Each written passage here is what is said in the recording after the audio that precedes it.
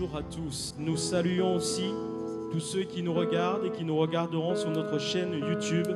Que Dieu vous bénisse également. Nous sommes là ce matin parce qu'un jour, la parole de Dieu nous dit, au premier chapitre de la Bible, c'est le livre de la Genèse, au chapitre 1, au verset 1, il nous est dit, au commencement, Dieu créa les cieux et la terre. Ce qui veut dire qu'au commencement, il n'y avait rien d'autre que Dieu. Dieu était seul. Il vivait en lui-même, par lui-même, pour lui-même. Et il a décidé à un moment donné de créer. Au commencement, Dieu créa. Et dans tout ce qu'il a créé, il nous a créés. Il nous a donné la vie. Et il est en droit de recevoir de nous la louange, l'honneur et l'adoration. Et c'est ce que nous allons lui exprimer ce matin. Il est le Dieu de lumière. Nous commençons par ce cantique. Dieu de lumière, nous voulons te louer.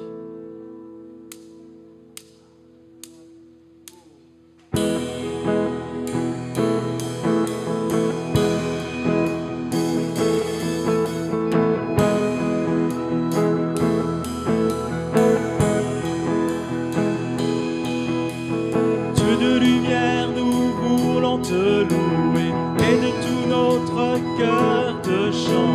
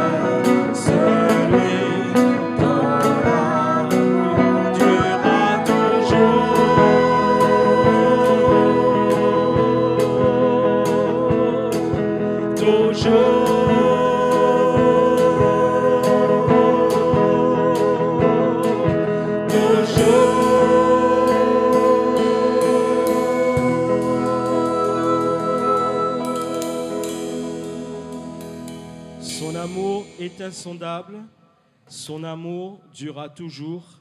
Et pour tous ceux qui font l'alliance avec lui, c'est un amour, ils vont le connaître, le comprendre, le goûter et le vivre, un amour éternel qui ne finira jamais, d'éternité en éternité, parce qu'un jour, Christ est venu. Il est l'agneau de Dieu qui ôte les péchés du monde. Il ôte nos péchés. Il intercède pour nous à la droite du Père. Il est souverainement élevé. C'est le Père même qui lui a dit, « Je vais faire de tes ennemis ton marchepied. Assieds-toi à ma droite, élevé, couronné à la droite du Père. » Christ reçoit la gloire. Reçoit la gloire. Élevé à la droite de Dieu, couronné de 1000 couronnes, tu resplendis comme un soleil radieux. Les êtres crient autour de ton trône. À l'agneau de Dieu. À l'agneau de Dieu, soit la gloire. À l'agneau de Dieu, soit la victoire. La victoire. À l'agneau de Dieu, soit le règne. Sois le règne Pour tous les siècles.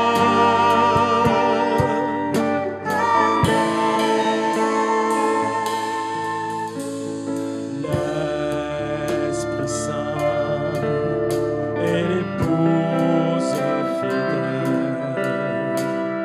Jésus vient, c'est leur cœur qui appelle. Viens, ô Jésus, toi l'époux bien-aimé. Tous tes élus ne cessent de chanter. À l'agneau de Dieu, soit la gloire. À l'agneau de Dieu, la victoire. À l'agneau de Dieu, soit le règne pour tous les siècles. Amen. Tout le peuple et toutes les nations, d'un seul cœur, avec les milliers d'anges, entonneront en l'honneur de son nom ce chant de gloire avec force et louange. À l'agneau de Dieu, soit la gloire.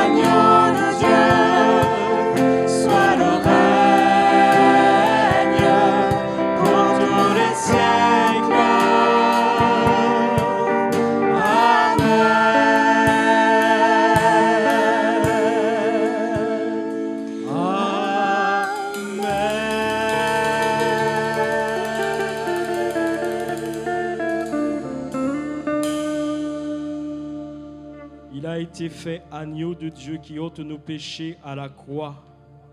C'est là que Christ a remboursé la dette. C'est là qu'il a payé cette dette.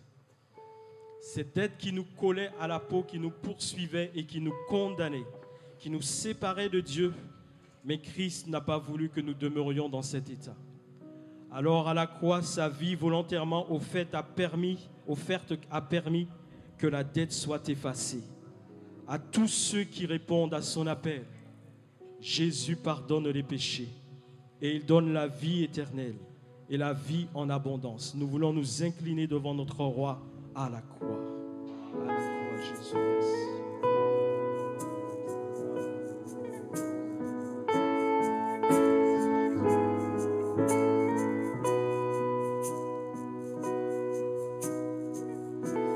Seigneur, tu me cherches, tu me connais. Et si je t'oubliais, je sais que tu Ta sainte présence, elle m'environne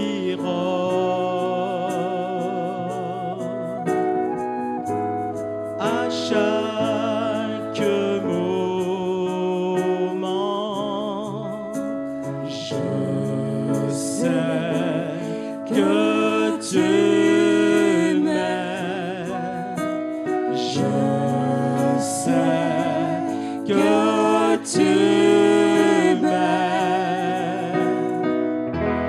À la croix je me prosterne, où ton sang coula pour moi. Aucun amour n'est plus grand. Tu as gagné sur la mort, ta gloire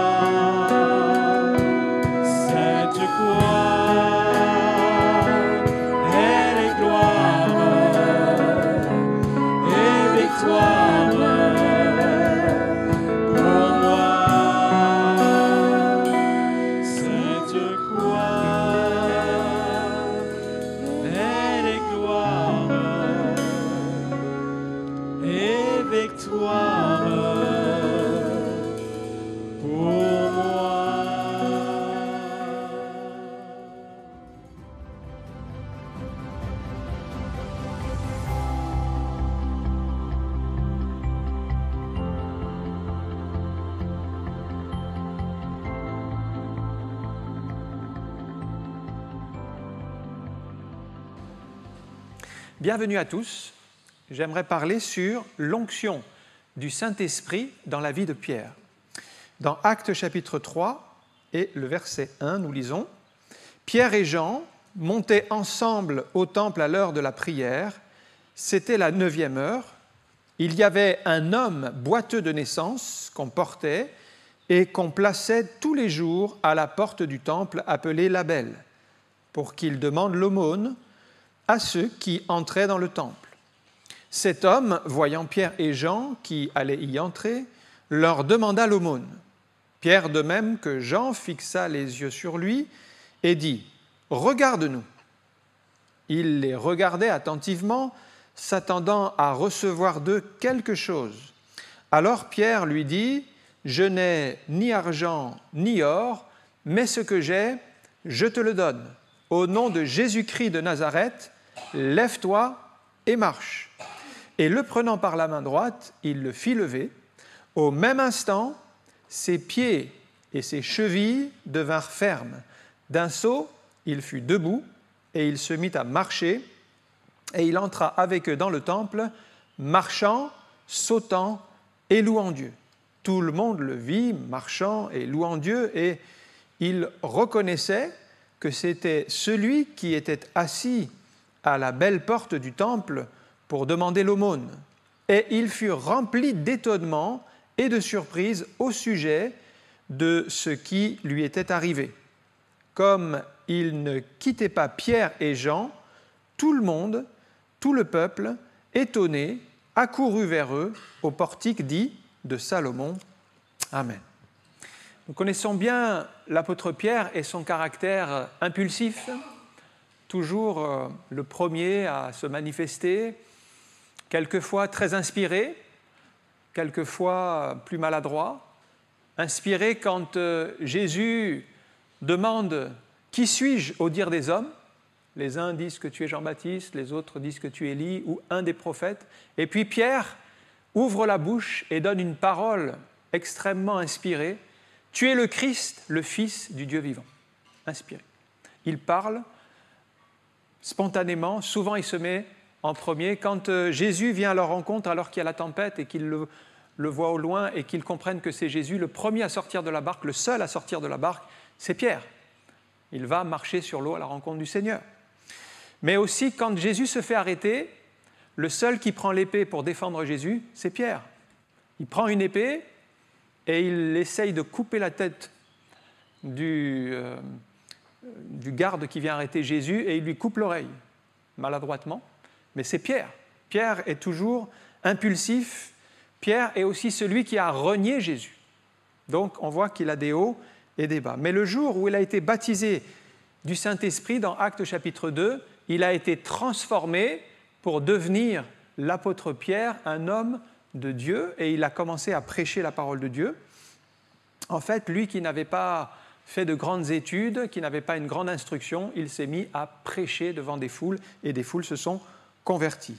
Alors je dis, aujourd'hui encore, nous avons besoin de la même onction, l'onction qu'a reçue Pierre, l'onction qu'a reçue Jean, l'onction qu'a reçue Philippe, ou toutes ces personnes que nous voyons dans la parole de Dieu. Eh bien, nous pouvons nous attendre à recevoir la même onction parce que c'est le même Saint-Esprit qui agit encore aujourd'hui. Donc, ouvrons nos cœurs, ouvrons notre esprit à l'Esprit de Dieu afin qu'il nous remplisse et que nous puissions vivre aussi l'onction. Je voulais voir quelques aspects de l'impact de l'onction dans la vie de Pierre et quelles leçons on peut en tirer. La première chose que je vois au verset 1, c'est d'abord une onction qui vous pousse à la prière. Pierre et Jean montaient ensemble au temple à l'heure de la prière. Parce que Pierre n'a pas toujours été un homme de prière. Il a eu du mal à prier. Lorsque Jésus est arrêté dans le jardin de Gethsémanée,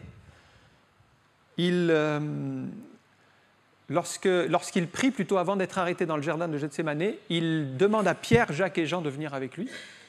Et la Bible dit qu'ils n'ont pas pu prier même 1 heure avec lui tellement ils étaient fatigués, tellement ils étaient harassés, mais tellement le combat était puissant, tellement il manquait de force. Et en fait, il n'arrivait pas à prier. Il avait du mal à prier. Et la plupart des chrétiens Sans l'onction, vous aurez du mal à prier. La prière, ce sera un fardeau. Vous allez prier peut-être occasionnellement, peut-être 1 ou 2 fois dans la semaine. Si vous y pensez, si vous avez le temps, ça ne sera pas une priorité dans votre vie. Mais vous verrez très vite que la prière peut devenir un fardeau, quelque chose de lourd, un petit peu comme eux qui, voilà, ils n'avaient plus d'énergie au moment de la prière. Par contre, les mêmes personnes, si vous leur dites « Allez, on va au restaurant », tout d'un coup, il y a une énergie qui leur vient. Les mêmes personnes. Mais pour la prière, comme Pierre, il n'y a plus d'énergie. Parce que sans l'onction, vous n'avez pas l'énergie. Vous n'avez pas la motivation, vous n'avez pas le zèle pour Dieu. Et nous devons arriver en tant que chrétiens à un niveau où nous prions tous les jours, où nous avons dépassé ce cap de la prière occasionnelle, de la prière une fois si on y pense, ou si on a le temps, mais on le met en dernière chose à faire. Or, ça doit être la première chose à faire quand on se réveille, c'est penser à Dieu, prier Dieu, le mettre en priorité dans notre vie. Parce que si nous faisons des jours de repos, c'est très bien pour reposer le corps, mais en tout cas, notre âme, elle se repose en priant. Elle est bénie en priant. Vous voyez, si vous pensez « Ah, je suis trop fatigué, je ne vais pas prier aujourd'hui, je ne vais pas prendre de temps avec le Seigneur », c'est une erreur. Parce que lui, l'ennemi de notre âme, lui, il ne prend jamais de jour de repos. 7 jours sur 7. Donc si vous dites « Moi, ce jour-là, ce n'est pas la peine, je ne prie pas », en fait, lui, il a prévu des plans, il a prévu des attaques ce jour-là. Donc nous devons prier tous les jours et arriver à ce niveau. Sans l'onction, la prière va devenir un fardeau. Si vous n'avez pas l'onction, c'est peu probable que vous allez aimer la prière. Parce que l'onction et la prière sont associées. Vous verrez comme une perte de temps, vous allez vous ennuyer, vous allez vous dire « Oh là là, prier, je n'ai pas envie de prier ». Ça va devenir secondaire. Et puis vous aurez toujours une excuse pour ne pas prier. Et il faut se poser la question, mais pourquoi est-ce que la prière est si lointaine? Pourquoi est-ce que je n'aime pas prier? Eh bien, avec l'onction, si vous avez le Saint-Esprit en vous, si vous êtes rempli du Saint-Esprit, vous allez aspirer à la prière. Vous allez aimer la prière. Il y a quelque chose en vous qui va vous pousser à prier. Pierre et Jean, ils étaient dans l'onction du Saint-Esprit. C'est l'heure de la prière, il y a quelque chose qui les attire. Il y a quelque chose qui les pousse. Il faut qu'on aille prier. Il faut qu'on prenne du temps pour prier. Ils ont réalisé l'importance de la présence de Jésus. Sans moi, vous ne pouvez rien faire, dit le Seigneur. Quand vous êtes dans l'onction, vous réalisez cela. Vous développez une vie de prière personnelle. Ils priaient chacun pour eux. Ils priaient dans l'assemblée. Ici, c'est le temple. Mais c'est quelque chose qui les pousse. Et quand vous êtes dans l'onction, vous mettrez toujours un rendez-vous avec Dieu. Parce que c'est tellement important. Vous l'avez saisi dans l'onction, et vous savez que la prière, c'est tellement important. Vous n'aurez même pas besoin qu'on vous dise « Allez, il faut que tu pries aujourd'hui », parce que ça deviendra quelque chose de tellement évident. C'est quelque chose qui est nécessaire. Et Pierre et Jean l'avaient saisi par l'Esprit. Le deuxième élément que nous voyons dans ce texte, c'est que l'onction va vous conduire vers les bonnes personnes. Remarquez que c'est Pierre et Jean. C'est comme 2 associés. Ils se sont associés. Pourquoi ces 2-là? Eh bien, en fait, ils ont été attirés l'un vers l'autre. Pourquoi? Parce que tous les deux étaient dans l'onction. Et quand vous êtes dans l'onction, vous allez être attirés par les bonnes personnes. Les personnes qui vont vous élever, qui vont vous édifier, qui vont vous encourager. Avec l'onction, vous trouverez des soutiens. Pierre était un soutien pour Jean. Jean était un soutien pour Pierre. Et c'est les soutiens que Dieu veut. C'est-à-dire que dans l'onction, vous serez toujours conduits vers les bonnes personnes. Pierre et Jean. Pierre a été conduit vers Jean. Pierre et Jean se sont associés et ils étaient ensemble. Notez bien ce mot, ils étaient ensemble. Ensemble physiquement, mais ensemble dans le même esprit, dans la même onction, dans la même communion. Par contre, si vous êtes charnel, si vous ne développez pas de relation avec Dieu, avec le Saint-Esprit, avec la parole de Dieu, immanquablement, vous serez attiré par des personnes charnelles. C'est comme ça. C'est un fait. Vous serez poussé à des mauvais choix. On le voit très bien dans la parole de Dieu avec un homme qui s'appelait Lot. Il était charnel. Il était en contact avec un homme qui s'appelait Abraham, mais ça n'a pas collé. Abraham était spirituel, il était rempli de Dieu, il aimait les choses de Dieu, et à un moment donné, Lot et Abraham ne pouvaient plus rester ensemble. Et Lot était tellement attiré par les choses charnelles qu'il est allé vers Sodome et Gomorrhe. Une personne charnelle fait des choix charnels. Il a entraîné sa famille, sa femme était charnelle, ses enfants, ses filles étaient charnelles. Si vous lisez cette histoire, tous y sont tombés. Sa femme est morte, transformée en statue de sel. Les filles ont mal tourné. Il y a eu beaucoup de dégâts dans cette famille. Tous les choix, les décisions qu'il a faites le poussaient dans la mauvaise direction. On a un exemple dans le premier livre des Rois, au chapitre 12, le successeur de Salomon. Le successeur de Salomon, c'est-à-dire son fils, s'appelait Roboam. Et Roboam, donc il se retrouvait roi d'Israël après Salomon. Il a convoqué tout Israël, il a donné des directives, et un homme qui s'appelait Jéroboam lui a dit « Allège la charge, allège-nous la charge, et nous te servirons toute la partie d'Israël au nord. » Et alors, Roboam, lui, il a consulté les anciens d'abord, qui lui ont dit « C'est un bon conseil, tu devrais alléger la charge du peuple. » Et puis ensuite, il a écouté des jeunes gens qui avaient grandi avec lui, des amis, mais qui étaient charnels, comme lui. Et ses amis, ses connaissances, il était attiré vers eux, lui ont dit « Mais n'allège pas la charge du peuple, au contraire, endurcis la charge et montre-leur que tu es plus fort. » Et il a préféré écouter ce conseil charnel plutôt que le conseil des anciens. Une personne charnelle, elle va écouter les conseils charnels. Et finalement, il a écouté ce conseil, Jéroboam s'est révolté, il y a eu la division dans le royaume, donc il s'est retrouvé juste avec Juda et Benjamin, et puis toutes les autres tribus se sont dissociées. Ça fait une division. Les conseils charnels aboutissent à des choix charnels qui font des catastrophes. Donc si vous êtes charnel, immanquablement, vous allez être attiré par des personnes charnelles et vous allez faire des choix charnels. Tandis que l'onction, ici on le voit, Pierre et Jean se sont associés parce que l'onction est en eux, ils font les bons choix. Pierre a trouvé Jean comme compagnon de prière, mais si vous regardez Paul, il a trouvé Timothée. Timothée, ça va être un compagnon d'œuvre. David, il avait trouvé Jonathan. Jonathan, c'était une amitié fraternelle. Naomi, elle a trouvé Ruth, c'était un soutien dans son veuvage. Et on peut multiplier les exemples.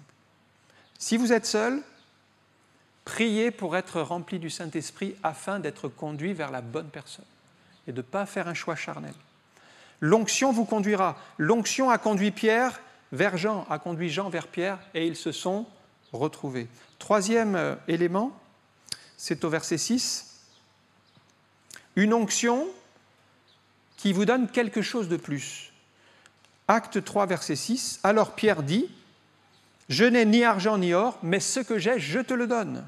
Au nom de Jésus-Christ de Nazareth, lève-toi et marche. » Les apôtres n'avaient pas des grandes fortunes. Ils étaient financièrement limités, mais ils avaient quelque chose de plus que nous avons aussi, frères et sœurs, c'est la présence de Jésus en nous. Ils avaient quelque chose dans leur cœur. Paul dit, Colossiens 1, 27, « Dieu a voulu leur faire connaître la glorieuse richesse de ce mystère parmi les païens, à savoir Christ en vous, l'espérance de la gloire. » Voilà ce que nous avons, frères et sœurs. Et souvent, nous le négligeons, parce que nous regardons à l'or et à l'argent, et nous disons « je n'ai ni argent ni or ». Mais nous oublions la suite. Mais ce que j'ai, nous n'avons peut-être pas des grands biens ou des grands moyens, mais nous avons quelque chose de plus que le monde n'a pas, c'est le Seigneur. Il ne faut pas oublier cette dernière partie. Ce que j'ai, je te le donne. Les vraies valeurs des chrétiens sont différentes de celles du monde. Le monde s'intéresse à la première partie. Il s'intéresse à l'argent. Le monde cherche l'argent. Il cherche l'or. Il cherche les biens matériels, le confort. Il cherche le bonheur dans les biens périssables. Or, nous l'avons saisi, et c'est uniquement par l'Esprit que vous pouvez le saisir, c'est que le bonheur ne peut pas se trouver dans les biens matériels, mais il est dans la présence de Dieu et dans les biens spirituels. C'est quelque chose de spirituel. Votre bonheur est là. Si votre bonheur est dans les biens terrestres, il y a une erreur. Il y a une erreur quelque part. Vous ne pouvez pas être dans l'onction. J'ai entendu cette anecdote d'un homme très riche qui était sur le point de mourir. Et comme il allait mourir, il a réuni, donc il y avait sa femme, il y avait sa famille et tous ses amis, et il donnait ses dernières paroles. Et il a demandé à sa femme, « Chérie, quand je vais mourir, enterre-moi avec toute ma fortune. » Et puis, il dit, mais promets-le-moi devant l'assistance. Et puis la femme lui a promis, d'accord chérie, je t'enterrerai avec toute ta fortune. Et puis il est parti. Il est décédé. Et suite à son décès, elle est allée à la banque. Et il avait une fortune, mais colossale. Il était très riche. Beaucoup d'argent, beaucoup d'or. Elle a fait le compte de ce que ça représentait, une très grosse somme. Et puis arrive le jour de l'enterrement, et les gens se demandaient, mais comment elle va faire pour mettre tout cet or, tout cet argent dans le cercueil, enfin, dans le tombeau? C'est pas possible. Comment elle va faire? Et puis, il ne voyait pas autour d'elle quoi que ce soit. Alors, au moment où on avait mis le cercueil dans le tombeau, elle a sorti de son sac un chèque avec le montant de la fortune de son mari, et elle l'a mis sur le cercueil et elle a dit « promesse tenue ». On ne peut pas partir avec son or et son argent. On laissera tout. Les gens qui ont tout misé sur l'or et sur l'argent, ils laisseront tout derrière eux. La Bible dit « là où est ton trésor, là aussi sera ton cœur ». Si votre trésor, il est là, sur l'or et l'argent, ben, votre bonheur, il est mortel, il disparaîtra, il n'aboutira pas. Mais si votre trésor, il est en Christ, alors vous avez quelque chose de plus. C'est par l'onction qu'ils disent « ce que j'ai, je te le donne ». Vous l'avez par la foi, vous l'avez dans l'onction. Si vous ne l'avez pas, c'est que votre cœur est ailleurs, c'est que votre trésor est ailleurs. Mais Pierre et Jean, ils avaient fait leur choix, et le vrai trésor, c'est la présence de Jésus. Si vous avez Jésus, en fait, vous avez tout. Peut-être on va vous prendre vos biens, on va vous prendre votre maison, on peut même vous prendre votre vie dans certains cas extrêmes, mais le trésor que vous avez, il n'y a personne qui peut l'enlever parce qu'il est attaché à votre cœur, c'est votre espérance, c'est le Christ Jésus. Pour eux, c'était comme ça. Les premiers chrétiens, ils avaient Christ en eux, c'était tout. C'est-à-dire, ils savaient qu'ils pouvaient perdre la vie, ils savaient qu'ils pouvaient être persécutés, perdre tout, mais Christ, ils ne pouvaient pas le perdre, il était dans leur cœur. Quand vous avez l'onction, vous pouvez donner quelque chose à quelqu'un. Quand vous avez l'onction. Ce que j'ai, je te le donne. Donc vous pouvez transmettre une parole de Dieu, transmettre une espérance. Ici, c'est transmettre une guérison. Le monde a besoin, en fait, de voir non pas des religions, mais de voir des hommes et des femmes remplis du Saint-Esprit, remplis de l'onction. Parce que ce boiteux, ce qu'il a touché, c'est la parole de Pierre, ce que j'ai, je te le donne. C'était différent, parce que lui s'attendait toujours à de l'argent, à de l'or. Mais il ne réalisait pas qu'il pouvait obtenir plus, la guérison de sa maladie. Et ce que le monde a besoin, c'est cela, de voir des chrétiens qui sont remplis du Saint-Esprit. Le monde est déçu de la religion. Il est déçu de toutes les apparences. Ce qu'ils veulent, c'est du concret. Quatrième point, c'est au verset 12. C'est une onction qui vous rend humble. Pierre, voyant cela, dit au peuple, « Hommes israélites, pourquoi vous étonnez-vous de cela? Pourquoi avez-vous les regards fixés sur nous comme si c'était par notre propre puissance ou par notre piété que nous avons fait marcher cet homme? » Ça montre de l'humilité. Ils ont l'onction, ils viennent de faire une guérison dans le nom de Jésus, mais ils restent petits, ils restent humbles. Après la guérison d'un boiteux, vous voyez, ça aurait été facile de dire « c'est moi qui ai l'onction, venez à moi, vous allez être guéris, venez », et puis installer un stand de guérisseurs. Voyez. Il aurait pu basculer dans une sorte d'orgueil, et il faut bien gérer les victoires et les bénédictions quand on est en Christ, parce qu'on connaît des exemples de chrétiens qui ont basculé, parce qu'ils n'ont pas su gérer le succès, alors ils deviennent orgueilleux. Mais quand vous devenez orgueilleux, l'onction vous quitte. C'est arrivé à certains. Pierre et Jean, eux, ont su rester humbles. Ils ont tout de suite dit non, ce n'est pas par notre puissance ou notre piété. L'onction vous fait dépendre entièrement de Dieu. Vous savez que ce n'est pas vous. Vous savez que c'est l'Esprit de Dieu en vous. Vous savez que c'est Christ en vous qui fait l'œuvre. Et ils ne veulent pas la gloire des hommes. Mais quand vous devenez orgueilleux, vous finissez par perdre l'onction. Saül était humble. Il était humble. Il était, au début, quand il a été choisi, il se cachait, il ne voulait pas, il se sentait trop petit. Et puis, Dieu l'a oint, il a eu l'onction. Mais à un moment donné, il est devenu orgueilleux. Il a eu des succès, Saül. Il a remporté de grandes victoires contre les Philistins. Il était utilisé par Dieu. On peut dire que la première partie de son service a été bénie. Mais il est devenu orgueilleux. À un moment donné, il s'est dit, je vais offrir moi-même un sacrifice. Un roi n'a pas le droit d'offrir un sacrifice. Il s'est dit, je vais offrir un sacrifice, Samuel tarde à venir, je vais offrir le sacrifice. Il n'avait pas le droit de le faire.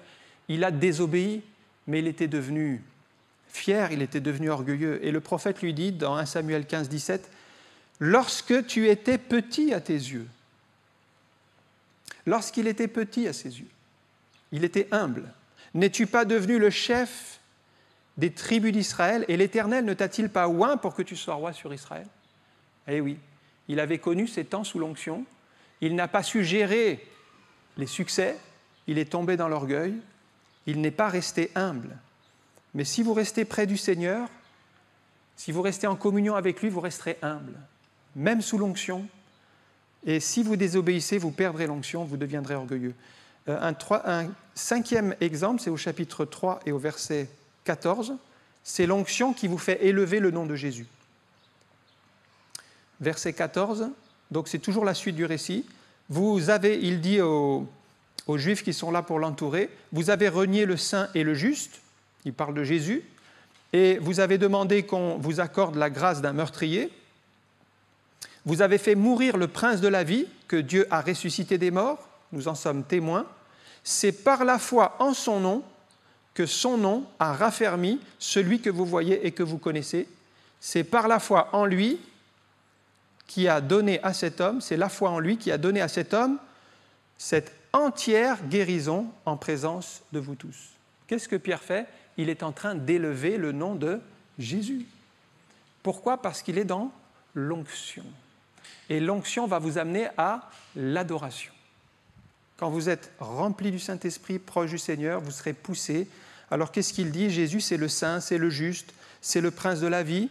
En fait, vous allez élever et célébrer le nom du Seigneur. Sans l'onction, l'adoration, souvent on passe à côté, on pense à autre chose, on pense, oh là là, après le culte, il faut que je prépare ci, il faut que je fasse telle chose, et on est complètement à côté. Mais quand vous êtes dans l'onction, vous êtes en osmose avec Dieu, et vous êtes dans l'adoration, vous élevez le nom de Jésus. Alors c'est vrai que c'est facile, vous allez dire peut-être après une guérison, c'est facile d'être dans l'adoration. Parce que là, il y a un boiteux qui vient d'être guéri, donc merci Seigneur, et c'est toujours plus facile de louer le Seigneur quand tout va bien. Quand on a prié et que la porte s'ouvre. Quand on était en difficulté, Dieu a aplani, alléluia, il y a la louange qui vient.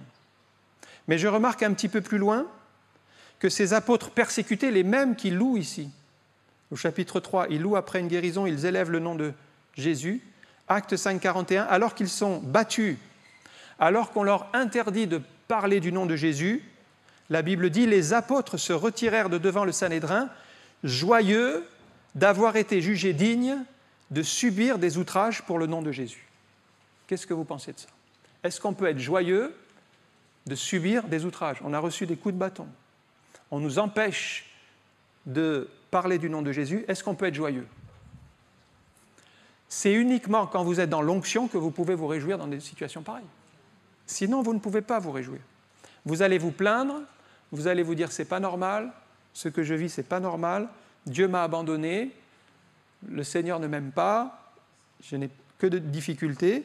Vous n'arriverez pas à louer le Seigneur. Mais parce qu'ils sont dans l'onction du Saint-Esprit, eh bien, l'onction vous amènera à louer Dieu quand tout va bien et à louer Dieu quand tout va mal. Même dans les situations défavorables, on a appris ceci lorsque mon épouse est tombée malade, elle est passée par plusieurs maladies différentes qui ont duré très longtemps. Et les années passant, on était assez découragés parce qu'il n'y avait pas d'amélioration. Ça a duré déjà pendant 2 ans. On priait avec l'Église.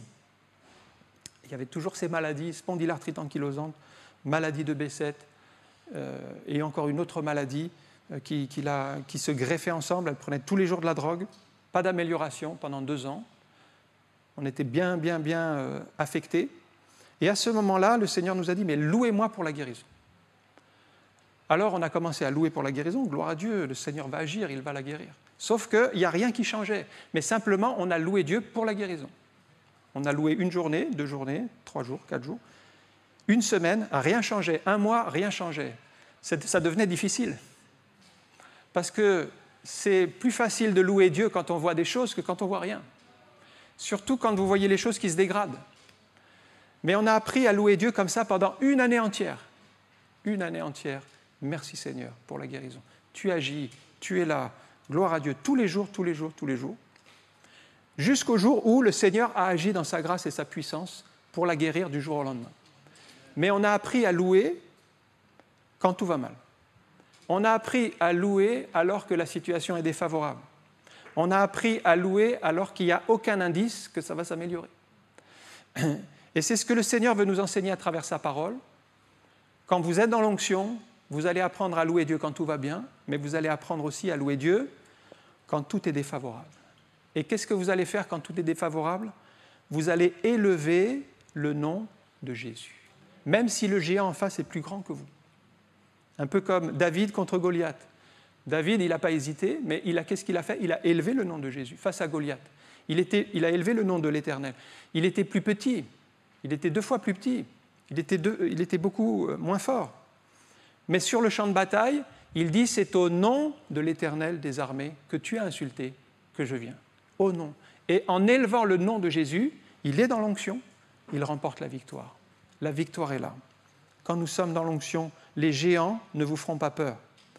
Paul écrit, c'est pourquoi, Philippiens 2,9, Dieu l'a souverainement élevé. Voilà comment est notre Seigneur. Et il lui a donné le nom qui est au-dessus de tout nom, afin qu'au nom de Jésus, tout genou fléchisse dans les cieux, sur la terre et sous la terre, et que toute langue confesse que Jésus-Christ est Seigneur, à la gloire de Dieu le Père. Qu'est-ce que Paul fait ici? Il élève le nom de Jésus. Quand vous êtes dans l'onction, c'est ce qui va se passer. Vous allez élever le nom de Jésus. Et tous ceux qui vivent sous l'onction ont compris ce principe. C'est que la louange, l'adoration, ce n'est pas juste pour passer du temps, ce n'est pas juste pour un bon moment où on est ensemble, mais c'est pour élever le nom de Jésus. On le met au-dessus de tout nom. Il règne dans l'univers, sur notre vie. Le principe est le suivant, c'est que la louange qui élève le nom de Jésus ne doit pas dépendre des circonstances, mais elle dépend de notre relation avec Dieu. Si nous avons toujours une relation avec Dieu, une relation profonde, alors nous élèverons le nom de Jésus. Actes chapitre 5, verset 1, un petit peu plus loin, toujours Pierre. Ici, une onction qui vous permet d'exercer les dons spirituels. Il y avait un homme nommé Ananias avec sa femme Saphira qui vendit une propriété et retint une partie du prix, sa femme le sachant. Puis, il apporta le reste et le déposa aux pieds des apôtres. Pierre lui dit, « Ananias, pourquoi Satan a-t-il rempli ton cœur, au point que tu mentes au Saint-Esprit que tu as retenu une partie du champ? S'il n'avait pas été vendu, il ne te restait-il pas? Et après qu'il a été vendu, le prix n'était-il pas à ta disposition? Comment as-tu pu mettre dans ton cœur un pareil dessein? Ce n'est pas à des hommes que tu as menti, mais à Dieu. » Ananias, entendant ces paroles, tomba et expira. Une grande crainte saisit tous les auditeurs. Les jeunes gens s'étant levés, l'enveloppèrent et l'emportèrent et l'ensevelirent. Alors on retrouve ici Pierre dans l'église de Jérusalem. Il y a Ananias et Saphira, c'est un couple de l'église. Et ce sont des chrétiens. Ils viennent là tous les dimanches, ils sont là dans la louange, ils sont là dans la prière. Ce sont des chrétiens comme les autres, ils apportent leurs offrandes. Sauf que ça, c'est la façade, et en réalité, ils vivent dans un mensonge. Ils ont tramé un mensonge. Ils font croire quelque chose qui est faux. Et quand vous mentez, en fait, quand vous péchez, vous ouvrez une porte au diable. C'est ce qui s'est passé pour Ananias et Saphira. C'est ce qui s'est passé pour Judas. Judas, il volait, lui, il volait dans la caisse. Il était disciple du Seigneur, mais il volait de l'argent. Personne ne le savait, personne ne le voyait, mais il avait ouvert une porte. Et c'est pourquoi que la Bible dit que Satan mit dans la pensée de Judas l'idée de livrer Jésus. Évidemment, quand vous êtes dans le péché, un péché dissimulé, que ce soit le mensonge, le vol, sorte de péché, eh bien forcément l'ennemi va vous mettre des pensées dans l'esprit, des mauvaises pensées. Et Judas, non seulement il a eu cette pensée, mais en plus le texte dit Satan rentra dans son cœur. À un moment donné, il a tellement laissé l'accès au malin que l'ennemi l'a dirigé pour livrer Jésus. Ananias et Saphira, c'est pareil, ils étaient chrétiens dans l'Église, mais ils ont un péché dissimulé, une double vie. Il y a certains chrétiens qui vivent une double vie, c'est-à-dire ils sont là le chrétien le dimanche, mais la semaine, ils vivent carrément autrement. Ils sont loin du Seigneur, ils ont un comportement qui n'est pas de Dieu, et ils font des compromis graves. Donc Dieu le voit, et à un moment donné, Dieu sanctionne. C'est arrivé à David, on connaît son histoire. Lui, il continue à faire le roi, il continue à faire comme si de rien n'était, il allait au temple, mais en réalité, il était dans l'adultère. Il était avec Bathsheba. Et il a été sanctionné, le prophète Nathan est venu vers lui. La particularité, en fait, la grande différence entre David et Ananias et Saphira, c'est que David, tout de suite, il s'est repenti de son péché. C'est écrit dans 2 Samuel 12, verset 13.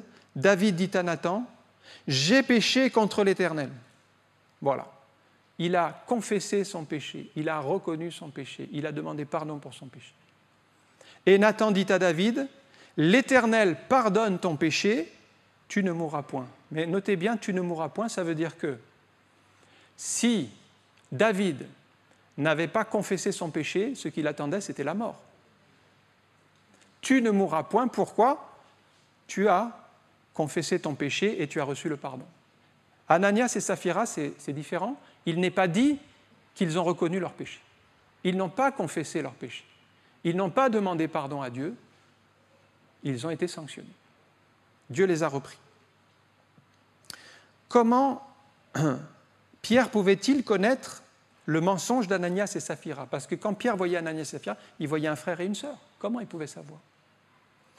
Eh bien, je dirais qu'humainement, il était incapable de le savoir, mais c'est par l'onction du Saint-Esprit sur lui qu'il a reçu une parole de connaissance les concernant, qui était « Vous avez menti au Saint-Esprit.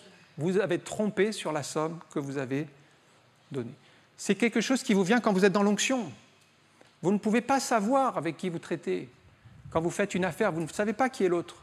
Mais l'onction peut vous donner une révélation.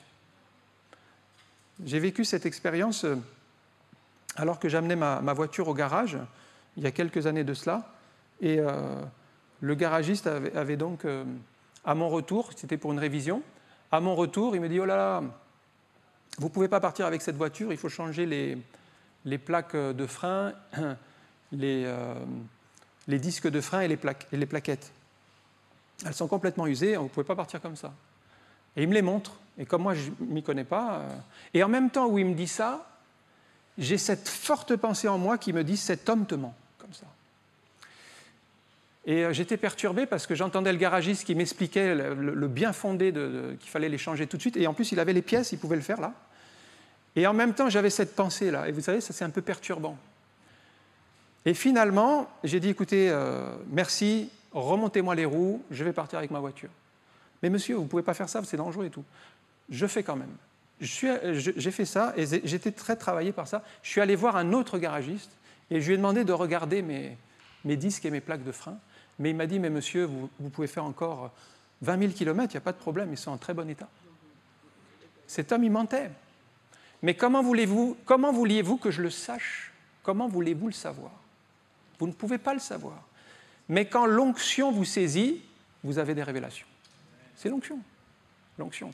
Et quand je parle de l'onction, je dis que l'onction, ce n'est pas seulement dans des rassemblements comme ça. Ça peut arriver chez vous, ça peut arriver au travail, ça peut arriver chez le garagiste. Quand l'onction vous saisit, vous avez des révélations de la part de Dieu. 7e point, une onction qui vous permet d'avoir des visions, c'est dans Acte 10, verset 11, toujours dans la vie de Pierre. Il était là sur son toit, il était dans un temps de prière et il vit le ciel ouvert et un objet semblable à une grande nappe attachée par les 4 coins qui descendait et qui s'abaissait vers la terre. Là encore, on trouve Pierre qui vit sous l'onction. Il est dans l'onction du Saint-Esprit. Il se sent poussé à aller prier. On a dit tout à l'heure, l'onction vous pousse à la prière. C'était midi. Ce n'est pas un horaire habituel. Mais l'onction le pousse à avoir un cœur à cœur avec Dieu. Et alors qu'il est là dans la prière, tout d'un coup, il a une vision. Mais en fait, cette vision, si vous l'analysez, c'est un tournant complet dans la vie de Pierre. C'est comme un virage à 90 degrés. Parce que jusqu'à maintenant, pour Pierre, ne pouvaient être chrétiens que des Juifs. Jésus était venu pour les Juifs. Et il annonçait l'Évangile aux Juifs. Et à partir de cette vision, en fait, il va faire un virage à 90 degrés. Il a compris qu'on peut prêcher l'Évangile aux non-Juifs. Mais jusqu'à là, il n'avait pas saisi. Sa vision était très, très, très limitée. Et en fait, cette vision lui apprend quelque chose de nouveau. Mais voyez, l'onction, c'est ça aussi. L'onction va permettre que votre cœur va être enseignable. Acte 10, 28, Pierre dit, « Vous savez, dit-il, qu'il est défendu à un juif de se lier à un étranger ou d'entrer chez lui, mais Dieu m'a appris. » Il lui a appris quelque chose. Ne pas regarder un homme comme souillé et impur. Voilà l'onction. L'onction vous apprend quelque chose. En fait, quand vous n'êtes pas sous l'onction, vous savez déjà, vous pensez que vous savez déjà. C'est là qu'on devient orgueilleux. Mais comme Pierre est sous l'onction, il est prêt à apprendre de nouvelles choses de la part du Saint-Esprit. Écoutez Dieu, captez les vérités spirituelles. En fait, sous l'onction, il a capté des vérités spirituelles qu'il n'a jamais saisies auparavant. Elles étaient là, il y a des vérités qui sont dans la parole, on ne les a jamais saisies, mais vous êtes sous l'onction, vous saisissez spirituellement. 8e élément, c'est au verset 19. Comme Pierre réfléchissait à la vision, l'Esprit lui dit, « Voici 3 hommes te demandent. » Sous l'onction, il entend les directives du Saint-Esprit. Pierre était perplexe, il se dit, « Oh là là, une nappe avec des animaux impurs, qu'est-ce que ça veut dire ?» Et en fait, la Bible dit, il ne savait que penser de la vision, il réfléchissait à la vision, donc il avait besoin d'un élément supplémentaire, parce que la réflexion humaine ne sera pas suffisante. Et c'est par l'Esprit qu'il a la révélation. L'onction, en fait, lui fait comprendre la vision. Et c'est là qu'il entend la voix de l'Esprit. L'Esprit lui dit, ça va confirmer la vision, 3 hommes te demandent, c'est précis. Pars avec eux sans hésiter, c'est la direction pour toi. Et puis le plan, c'est moi qui les ai envoyés, fais confiance. S'il n'avait pas eu ces éléments, il était perplexe. Mais quand vous avez la vision, l'Esprit n'est pas loin pour confirmer la vision et vous donner les directives. Sans l'onction, je dirais que vous n'avez pas de directive. Vous ne pouvez pas entendre l'Esprit. Vous allez prendre des décisions un petit peu au hasard, des choix plus ou moins heureux. Sans l'onction, vous allez viser sur l'apparence. Regardez Samuel, pourtant c'est un prophète, il est vraiment serviteur de Dieu, il aime Dieu. Mais quand il a fallu choisir le roi d'Israël, il allait choisir Éliab. Si l'Esprit ne l'avait pas saisi à ce moment-là, il allait oindre Éliab comme roi au lieu de David. Mais il a été arrêté parce qu'il était dans l'onction. Et l'Esprit lui parle et lui dit non, ne oins pas celui-ci, fais passer au suivant. Et il a passé tous les fils jusqu'à David. Et quand c'était David, c'est lui. L'onction vous donne des directives. Un dernier point, c'est le verset 44, chapitre 10. L'onction qui attire la présence de Dieu. Comme Pierre prononçait encore ces mots. Donc il est allé prêcher ses Corneilles sous la directive de l'Esprit. Donc Corneille, c'est un païen. Il a compris qu'il peut entrer chez un païen annoncer l'Évangile. Il prononce encore ces mots. Le Saint-Esprit descendit sur tous ceux qui écoutaient la parole. On voit ici que l'onction attire la présence du Saint-Esprit. Pierre annonce le message de l'Évangile. D'abord, il parle de Jésus, Jésus qui est venu. Notez bien que dans le message de Pierre, il parle de l'onction de Jésus aussi. Il dit c'est lui que Dieu a oint du Saint-Esprit et de force, Jésus de Nazareth. Il parle de la croix, de la résurrection. En fait, il est en train d'annoncer la bonne nouvelle du salut. Ils ne s'attendent pas du tout à ce que l'Esprit vienne ici. Mais comme il vit une telle communion avec l'Esprit, l'onction et l'Esprit sont attirés et l'Esprit vient et remplit tout l'auditoire du Saint-Esprit. Pierre même était tellement surpris, il est dit qu'ils furent étonnés de ce que le don du Saint-Esprit était aussi répandu sur les païens. Ça veut dire quoi? Ça veut dire que Dieu, quand vous êtes sous l'onction, Dieu va bousculer vos plans. Vous avez prévu quelque chose, Pierre avait prévu quelque chose, il avait prévu un message peut-être avec appel au salut, repentance et tout. Mais en fait, en réalité, par l'onction, Dieu a bousculé ses plans et la réunion a tourné autrement. Ils ont tous été remplis du Saint-Esprit. Pierre n'avait même pas pensé que c'était possible. Mais dans l'onction, il vit des choses extraordinaires. Et puis à la fin, il baptise Corneille et sa famille. On va prier quelques instants. Je vais inviter Valérie à venir. On va prendre ce cantique. Nous avons soif de ta présence dans un instant. Mais Pierre a connu l'onction, et je dirais que cette même onction qu'il a connue, elle est pour nous aujourd'hui, parce que c'est le même esprit qui a ressuscité Christ, qui est répandu encore sur l'Église. Pierre simplement nous laisse un exemple d'une personne qui est remplie du Saint-Esprit, qui aime Dieu, qui a mis Jésus à la première place dans sa vie, qui a cherché la vie de l'Esprit. Il n'a pas cherché son intérêt, il est resté humble. Il n'a pas cherché la popularité, il a cherché la gloire de Dieu. Je dirais que la même onction est pour nous aujourd'hui. Si nous ouvrons nos cœurs, si nous avons soif, si nous cherchons l'Esprit, si nous cherchons la présence de Dieu, eh bien, il peut nous remplir de sa présence, de son onction et nous utiliser selon ses plans, ses projets. Merci pour ton onction, ta sainte onction, que tu désires encore verser sur ton Église, que tu désires encore verser sur ton peuple, afin que nous soyons des témoins efficaces de ta gloire, de ta puissance, de ta majesté.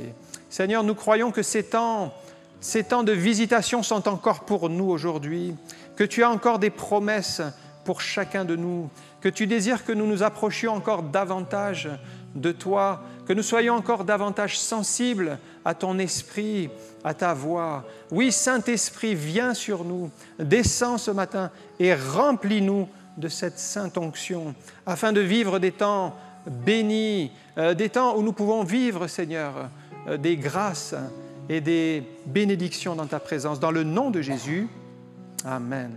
Que le Seigneur vous bénisse.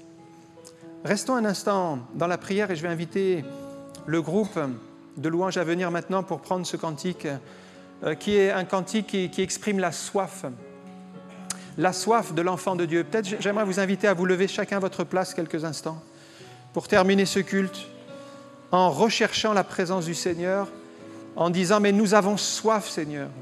Ce que Pierre a vécu, j'ai soif aussi de vivre des temps sous ton onction, de vivre ces temps de rafraîchissement, de vivre ces temps, Seigneur, où la prière n'est pas un fardeau, mais où je suis attiré par la prière, où j'ai faim et j'ai soif de davantage de ta présence.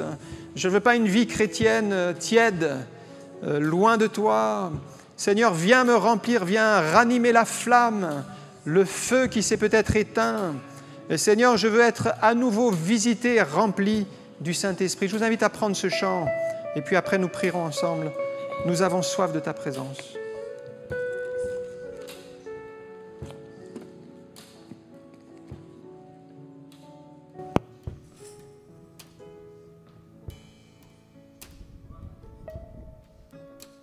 Nous avons soif de ta présence,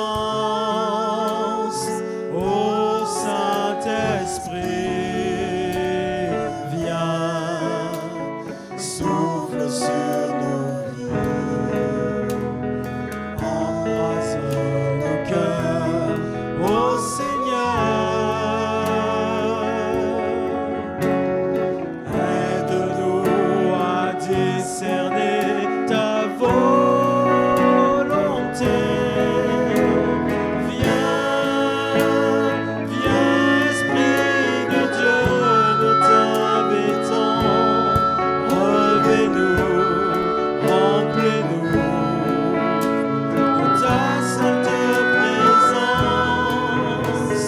Qu'au travers de nous, tu puisses agir avec puissance pour confirmer les paroles que nous avons